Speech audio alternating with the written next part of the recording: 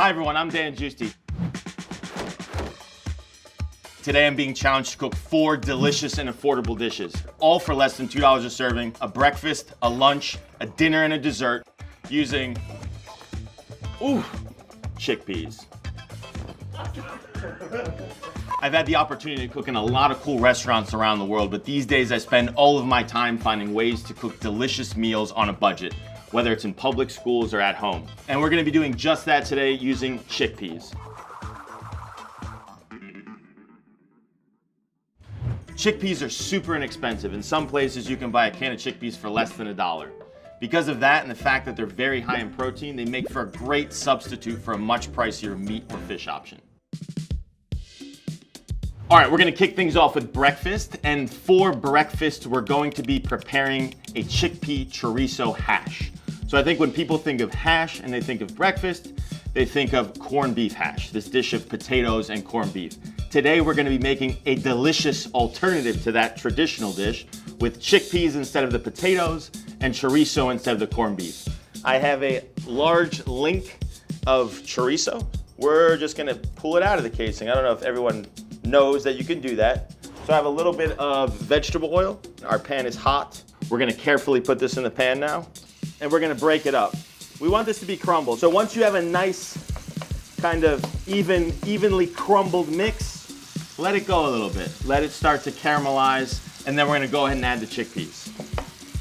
First, we have to go ahead and open the can and drain off the excess liquid.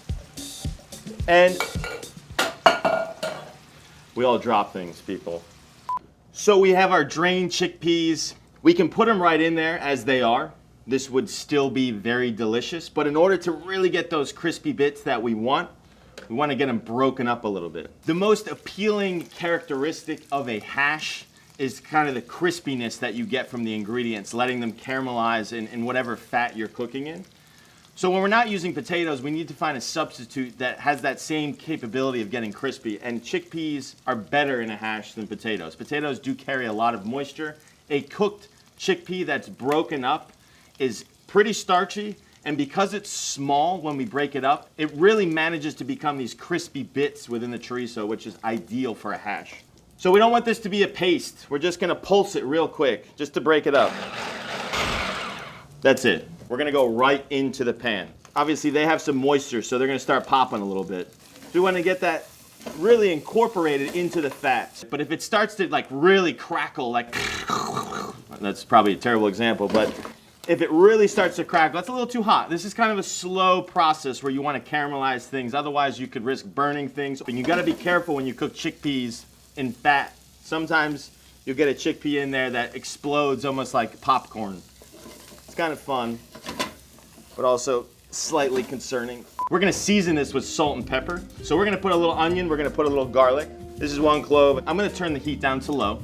Then I'm gonna add the onions, I'm gonna add the garlic, and really just use that low heat to kind of soften the onions and garlic. So it's time to finish the dish. We're going to crack eggs directly on top of the hash in this pan.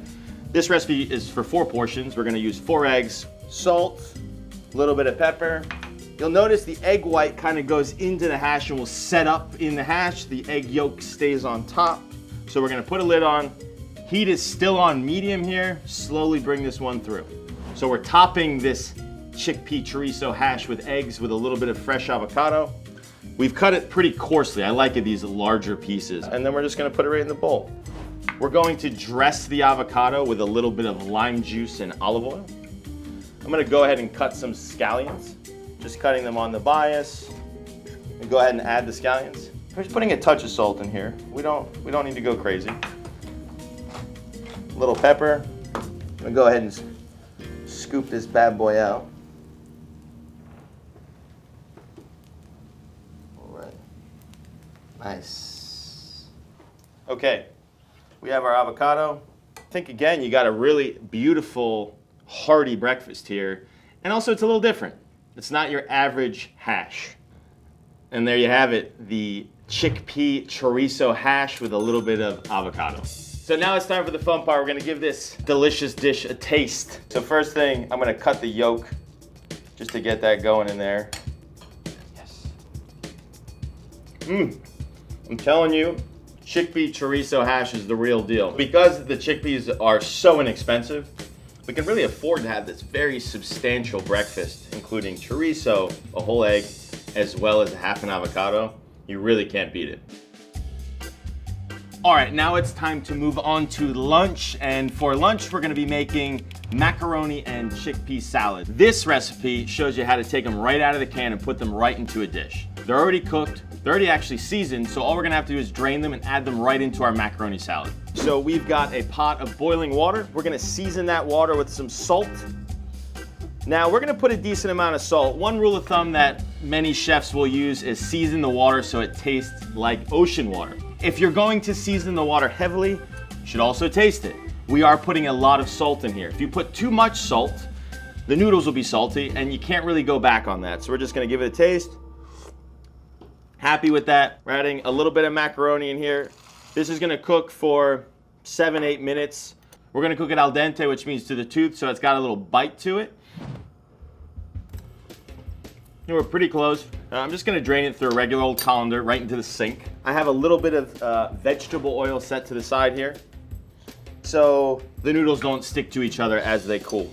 And once you feel it is well mixed and that the oil has coated all of the noodles, we can go ahead and put this in the refrigerator and let it cool, and we'll start working on the dressing. So now it is time to make our ranch dressing for the macaroni salad. So we're gonna go ahead and strain it. So one of the cool things about this recipe is we're gonna be using the liquid from the chickpea can, also known as aquafaba, as the base to our ranch dressing for the macaroni salad. So instead of using mayonnaise, we're using this liquid. So instead of throwing it away, we're using it, but we're also eliminating the need to have mayonnaise on hand for this recipe as well. Let's go ahead and measure that out. So 4 tablespoons worth of aquafaba. The other base to the dressing, in this case, is yogurt. A lot of ranch dressing recipes will call for sour cream. I know when I buy sour cream at the grocery store and use it for whatever I've bought it for, I have sour cream always left over in my fridge. Yogurt works perfectly here. So we buy a cup of yogurt, we eat half of it, we use the other half to make this dressing. So I'm gonna go ahead and put the yogurt in here. The aquafaba is taking the place of the mayonnaise to create the emulsification. So we're gonna put that in there. So I have a little bit of white vinegar, I have some onion powder and some garlic powder, and a little bit of hot sauce. We're going to make this dressing using an immersion blender. Get this thing going. All right, so now that we have our base ready to go, we're gonna go ahead and slowly drizzle in our oil. You don't wanna drizzle it too quickly. If you drizzle it too quickly, the emulsification could break. The reason that aquafaba is a great emulsifier in dressings like this is because the water from the chickpea can has taken a lot of the proteins and starches from the chickpeas during the cooking process, therefore giving it great binding and thickening properties. So the dressing is nice and creamy. I'm gonna go ahead and shake off the old blender here. Put a little salt in here. And a little bit of pepper. I actually love fresh cracked pepper, black pepper, in a ranch dressing. We're gonna go ahead and put the dressing into the refrigerator, let it cool down a bit. It's gonna set up a little more. So in your traditional macaroni salad, you would have some vegetables, celery, carrots, onions, some parsley, and some dill. And a little secret ingredient here, celery leaves. This is the best part of the celery. It's more tender. It's not as strong in flavor, it's a little more delicate. And the leaves are delicious. Think of an herb like parsley, but flavored like celery. And we're gonna keep them in bigger pieces because I think that's nice. Before we go ahead and dress the vegetable salad, we're gonna go get our chickpeas, our macaroni, our ranch dressing. So macaroni, we're gonna add it in here. Just quickly fold the chickpeas with the macaroni. So we're gonna go ahead and mix this. Again, folding, just getting everything nice and coated. So now this is dressed, we're gonna go ahead and dress our vegetables. So we have a little bit of olive oil, a little bit of white wine vinegar. We will season this with a bit of salt and pepper because there's nothing here. Go ahead and fold this as well. We're gonna plate this thing up. Just gonna spoon it right in the middle of a dish. You could do this in a bowl if you would like, but I'm gonna do it in a dish. I think it's nice. Perfect. So we're gonna keep the vegetables more towards the middle. Just gonna put a touch more on here. And we're gonna finish it off with a few celery leaves. I'm gonna put these on here. And the last thing, a little bit of black pepper. So the chickpeas here were right out of the can, super delicious, makes this macaroni salad a much more substantial main entree for lunch. We use the aquafaba to make a really creamy ranch dressing. This is a delicious innovation on a really traditional macaroni salad. All right, best time of the day, tasting time. The flavor's amazing. You have fresh dill, fresh parsley. The ranch dressing is delicious. It's a lot lighter as well. The aquafaba-based dressing, as well as the salad of vegetables on top, make this traditionally heavy macaroni salad a lot lighter. All right, so it's dinner time now, and we will be making a chickpea knot risotto. So we're gonna be making a dish very similar to risotto. It's very inexpensive and it's very easy and quick to put together. And because chickpeas are so high in protein, it makes for a great alternative to rice. So we're gonna start off with the mushrooms. We have a hot pan. We're gonna slice our mushrooms. Mushrooms are delicious, but they tend to be pretty expensive. White button mushrooms are cheap. And if you roast them in a pan like we're about to do, they develop so much flavor and they're gonna add a lot to this dish. We're gonna roast these in a little bit of oil. So I have a little bit of vegetable oil here. Again, this pan is hot. We have a hot pan here.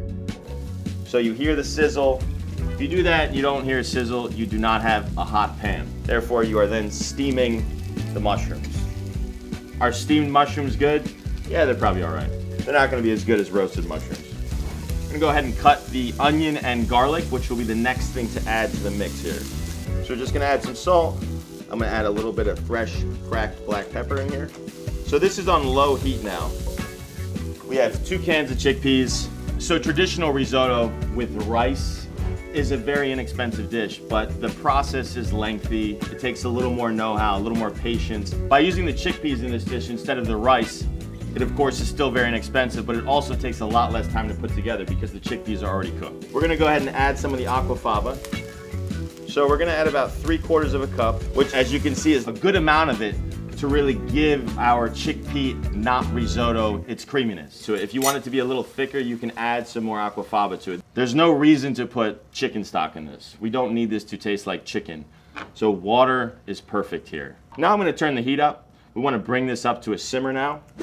All right, stew's rocking. We got the green peas from the freezer. We're gonna go ahead and add these in. They are still rock solid frozen. That's what we want. Why are we using frozen peas? Because they are delicious. Peas are hard to find fresh, and even when you can find them fresh, they're a lot of work, and usually they're not even that high of quality. Getting peas that have been picked at the peak of their season and then frozen immediately are the way to go. So we're gonna finish this with the Parmesan cheese and the butter. So when we look at this right now, it's not looking super thick, but take into account that the cheese is gonna thicken it up. So I'm gonna go ahead and add the butter, a good amount of Parmesan cheese, which I will say Parmesan cheese is not cheap, but we have this dish here with chickpeas and frozen peas. We've got some room to spend. We're gonna spend it on some delicious cheese to finish this dish off. Stir, just to start to incorporate it. So our stew is simmering. It's nice and creamy, looks delicious. So I'm gonna go ahead and turn this off. I believe we are there. Chop the parsley. I'm definitely guilty of using parsley in like everything that I cook. In fact, if you've watched any of these other episodes, you'll notice that I put parsley in everything. I'm gonna go ahead and add this in. All right, it's the old scooperoni time. So I'm just gonna get a nice spoonful here. Right to the center and let it flow out. I think I'm gonna put one more spoon on here for good measure. I'm gonna put cheese on first and then olive oil. That is just preference. Bowl, but I'm doing my best. A little olive oil.